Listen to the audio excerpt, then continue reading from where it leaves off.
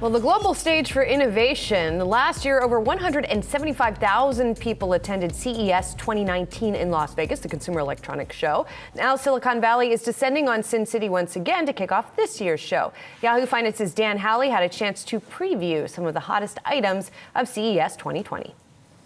CES is always about the weirdest, most advanced technologies we can find, but for this year, we want to give you a taste of the more practical technologies that are going to be available. So let's start off with a meat thermometer. The Yumly Smart Thermometer allows you to use it with the Yumly app, and it really is just a thermometer. You stick it in, it'll measure the internal and external temperatures of your meat, but the big deal about this is it will send you an alert when the meat is at the perfect temperature.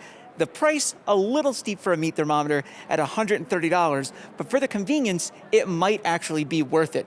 Next, there's the Kohler Moxie, a $260 shower head with a built-in speaker that's Alexa capable, so you can listen to your music, get the information that you need, your commute, your to-do list, the weather. You can also remove the speaker from the shower head itself and then use it as a traditional speaker. The next item that they have, though, isn't for every user. It's the Lumi 2.0. It is a $10,000 smart toilet. Of course, Alexa's built in, so you can get your commute information as well as the weather. It also has an auto open, auto close, auto flush feature, so you'd never have to put your hands on the toilet, and it's got a heated seat.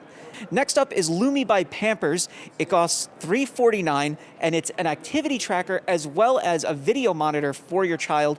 The whole system comes together, and the activity tracker goes on the diaper itself.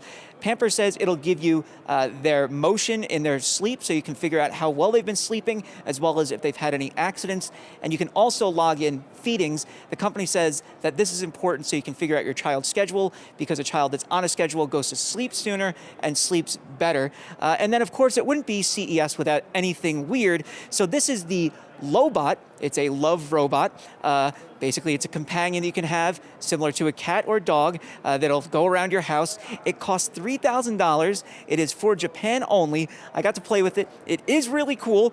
You pick it up, and it's warm to the touch, and it reacts to your different movements. So if you pick it up and put it down, it'll say yay and lift up its arms. It's pretty fun, but the battery only lasts 30 to 40 minutes, and it requires a $100 monthly subscription for maintenance and software updates, so a pricing companion at that. So that's just a small taste of what we've got at CES 2020. Be sure to check back for all the news from this year's big show. All right, 5G technology, self-driving cars, esports, they will also be big themes at this year's CES. And Andy, is there something that you want to see come out of this event? He's really excited about the diaper monitoring.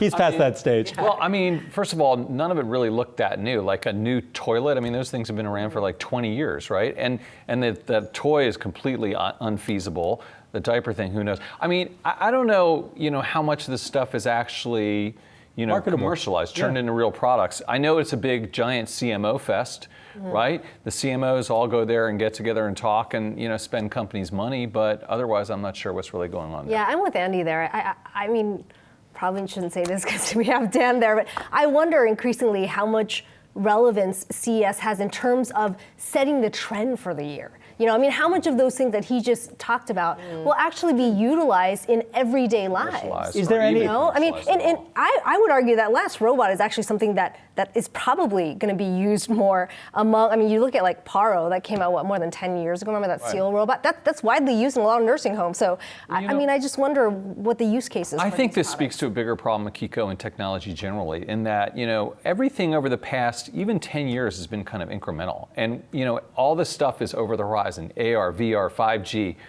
Come on, Silicon Valley, let's have some real huge, big change rather than these small things. The phones have just been Does anyone go there, though, to wheel and deal? Are there any, like Allen and Company at Sun Valley, are there any deals that get done behind the scenes? Yeah, deals do get done. I mean, there's, hot startups with things, and they connect to bigger companies, and companies, like a P&G will find, is that diaper company connected to P&G? I'm sure they are, but. I think they said it was Pampers that was making right. Thing. So, but there was some technology that came from another company to get connected to Right, P&G sure. and that kind of thing. Apparently, there's a lot of cars there too, and a lot of car companies, because increasingly the car is a technological device, right? We all know it has chips in it, they have computers in it.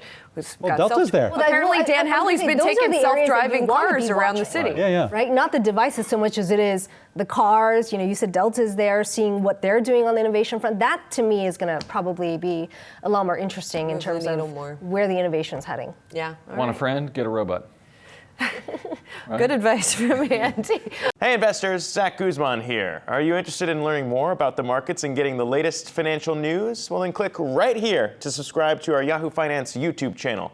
Get the latest up-to-the-minute market analysis, big interviews in the world of finance, and information on how to manage your money every day wherever you are.